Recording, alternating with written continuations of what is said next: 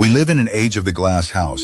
Every thought, every meal, every minor victory, and every fleeting emotion is broadcasted to the world. Society tells us that to be relevant, we must be visible. That if you don't show it, it didn't happen. But if you study the lives of the most profound thinkers, the most effective leaders, and the truly content individuals throughout history, you will find a completely different pattern. They understood the immense power of concealment. They knew that a rich inner life requires a sturdy fence. There is a profound strength in not needing to be seen, not needing to be validated, and not needing to explain yourself. Today, we will explore 3 specific things that wise people never show to the world, and why keeping them hidden is the ultimate sign of mastery. The first thing wise people never show is their next move. In our excitement, when we set a new goal or start a new project, our immediate instinct is to tell everyone. We post about it, we discuss our grand plans, we want the applause before the curtain even rises. But psychology and ancient wisdom both warn against this. When you announce your intentions, your brain releases dopamine. You receive the social reward, the congratulations, and the feeling of achievement without having done any of the actual work. This premature celebration tricks your mind. It drains your motivation. You have already tasted the victory, so when the inevitable hardships of the work arise, you lack the hunger to push through. The Stoic philosophers believed in focusing entirely on the action, not the perception of the action. Epictetus advised, don't explain your philosophy, embody it. Do not tell people what you are going to build. Just build it. Let the finished structure speak for itself. Think of a seed planted in the earth. For it to grow into a strong, resilient tree, it must first remain in the dark, silent soil. If you constantly dig up the seed to show everyone how it is growing, the seed will die. It needs the quiet, undisturbed darkness to develop its roots. Your goals are the same. They need the quiet sanctuary of your own mind to take root. When you keep your next move a secret, you preserve your energy. You protect your vision from the doubts, the pessimism, and the uninvited opinions of others. Move in silence, let your results make the noise. The second thing wise people never show is their deepest resentments and unchecked anger. We are often told to vent our frustrations, to let it all out, as if anger is a poison that must be purged by throwing it at someone else. But the Roman philosopher Seneca, who wrote an entire book on anger, described it as a brief madness. When you show your explosive anger, you are not showing strength.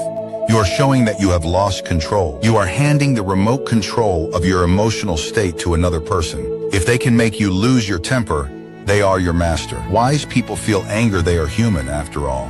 But they do not display it raw and unfiltered. They create a pause between the trigger and their response. In that pause, they process the emotion rather than projecting it. Furthermore, wise people never show a grudge. Holding a grudge is like drinking poison and waiting for the other person to die.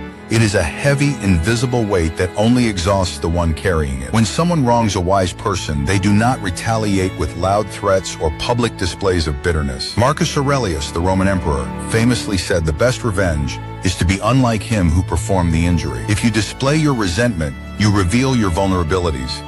You show your enemies exactly where your wounds are and exactly how to hurt you again. Instead, the wise person processes the betrayal in silence. They adjust their boundaries. They quietly remove toxic individuals from their lives without a dramatic exit. They understand that their peace of mind is infinitely more valuable than winning a shouting match or proving a point. By hiding your raw anger, you remain unreadable. You remain dignified. And most importantly, you remain in control of your own soul. The third thing wise people never show is the full extent of their wealth and advantage. We live in a culture obsessed with displaying status.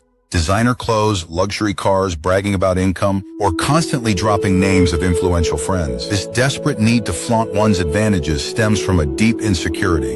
It is a plea for the world to say you are important. But true wealth, whether it is financial, intellectual, or spiritual, is quiet. The philosopher Lao Tzu wrote, "He who stands on tiptoe doesn't stand firm. He who rushes ahead doesn't go far. He who tries to shine dims his own light." When you show off everything you have, you attract the wrong kind of attention. You attract envy.